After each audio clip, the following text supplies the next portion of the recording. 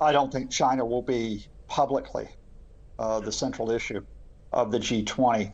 I think despite the rather ill-tempered rhetoric that's come out of China, it's notable that in its English language newspapers today, there's no mention of the G20.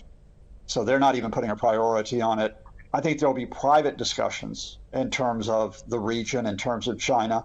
Those will be discussions not only about, of course, security issues, but discussions about economic issues, for example. And that, of course, fits in with India's public approach to try to build its economic links and to diversify them, including with Europe and with the United States. I think, as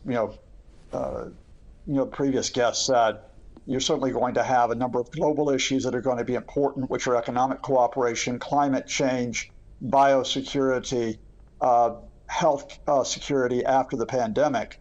But where I do think a little bit of a different take here, Ukraine's going to be a central issue as well. I mean, I can understand the reason why to play down the idea that if there is not a joint statement, this is not a defeat, this is not significant. But it's not just the US and Europe, it's a number of other countries now that are looking to get all the G20, including India, on board with a statement which says, look, it is time to call out the Russian invasion for what it is, an invasion. It is time to call on Russia to cease fire, indeed to pull back its occupying troops, and to come to the negotiating table. Because the longer that this Russian aggression goes on, the more intense the global damage is.